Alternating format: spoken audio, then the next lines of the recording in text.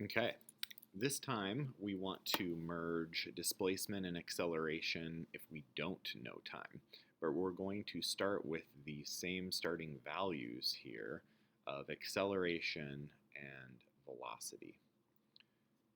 Now this time, if we don't know time, then time is our common thing that we want to merge together.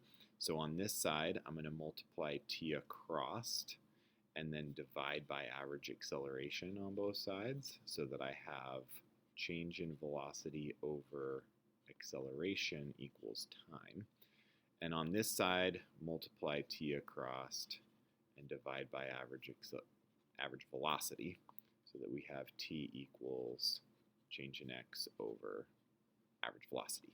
Now we can put those two together where we would have change in velocity over acceleration equals change in x over average velocity. So close already, but these velocities look pretty ugly, and I want to cross multiply, get things kind of cleaned up. So I'm going to take the average velocity to the left, the acceleration to the right, and we can say average velocity times change in velocity equals acceleration times delta x.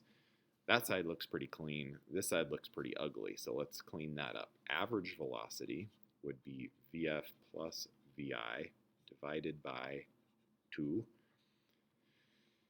Then we're multiplying that times the change in velocity, which would be Vf minus Vi. And all that equals acceleration times change in x. Whew, okay. Cleaning this up, we've got some foiling to happen here. So Vf and Vf is Vf squared.